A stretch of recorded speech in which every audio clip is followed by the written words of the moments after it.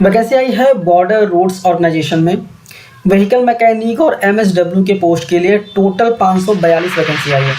Detail में discuss करेंगे इस नोटिफिकेशन को। वीडियो स्टार्ट करें इससे पहले अगर आप चैनल पर नए हैं, चैनल को सब्सक्राइब कीजिए और बेल आइकन प्रेस करना मत भूलिएगा। तो आइए वीडियो को स्टार्ट करते हैं। स्क्रॉल डाउन के नीचे जाएंगे तो यहाँ पे बाइफर्केशन दिया गया है और यहाँ पे बोला गया है कि हॉरिजॉन्टल वैकेंसी है एक्स सर्विसमैन के लिए, मतलब टोटल वैकेंसी देखा जाए फॉर वेरियस ट्रेड 542 है। इसमें से 15% जो वैकेंसी है वो ESM के लिए है, मतलब एक्स सर्विसमैन के लिए, ठीक है।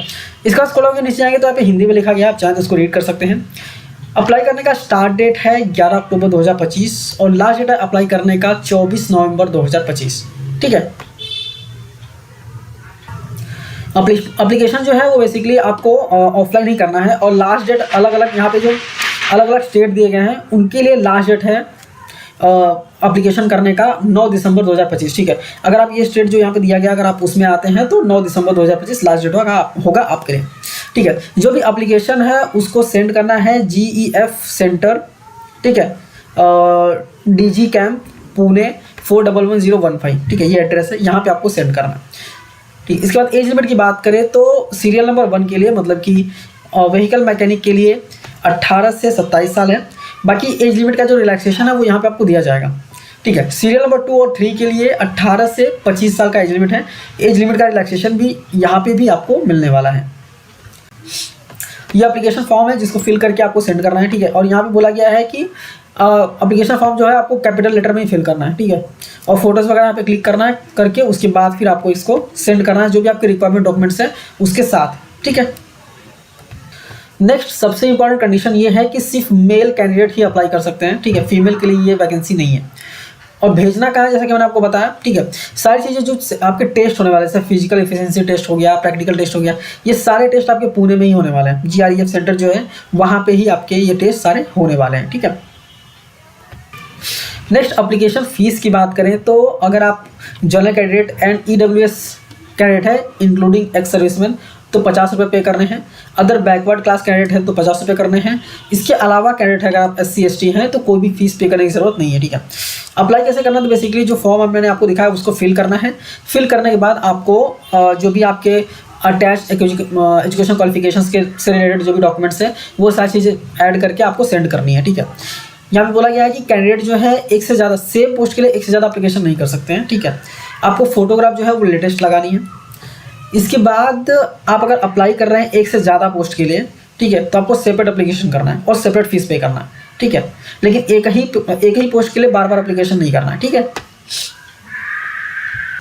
और जो एनवलप आप प्रिपेयर करेंगे उस एनवलप के ऊपर आपको लिखना है application for the post of, कौन सा पोस्ट है, कैटेगरी यहाँ पे आपको लिखनी है आपकी क्या कैटेगरी है, weightage percentage in essential qualification करके यहाँ पे आपको लिखना है टॉप ऑफ द एनवलप। उसके बाद आपको एप्लीकेशन फॉर्म सेंड करना है, ठीक है।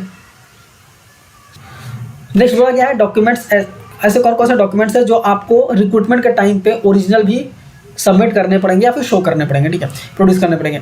तो कॉल लेटर ओरिजिनल, इसके बाद अपडेटेड आधार, फिर फोटो, ठीक है, education qualification, caste certificate, experience कुछ है तो वो सर्टिफिकेट, इनकम एसेट्स का सर्टिफिकेट अगर आप EWS कैटेगरी में आते हैं, अदर रिक्विजिट सर्टिफिकेट जो है वो, फिर डोमिसाइल का सर्टिफिकेट वगैरह वो आपको सेंड करने हैं। अटेस्टेशन फ्रॉम, जिससे अटेस्टेड कराना है उसे अटेस्टेड करके आपको यहाँ पे देना है, ठीक है।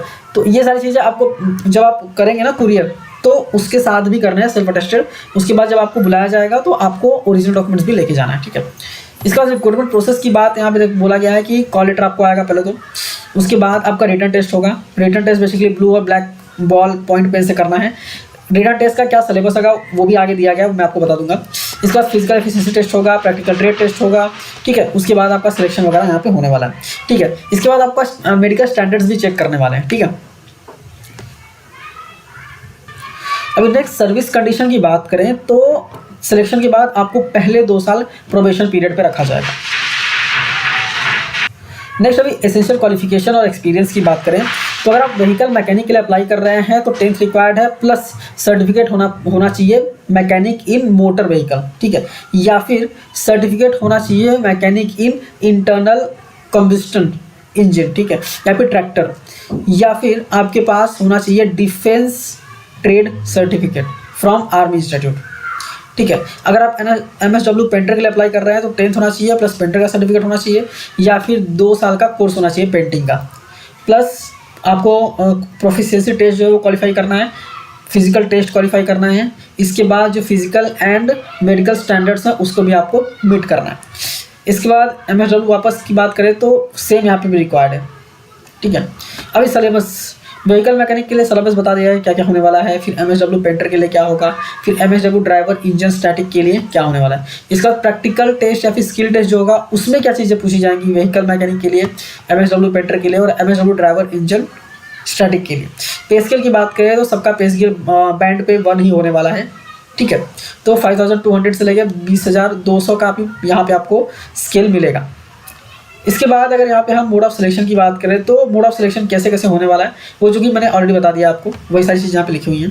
इसके बाद फिजिकल एफिशिएंसी टेस्ट में क्या होने वाला है, तो पहला रन कराएंगे, 1 माइल रन कराएंगे जो कि 10 मिनट का रहेगा, ठीक है।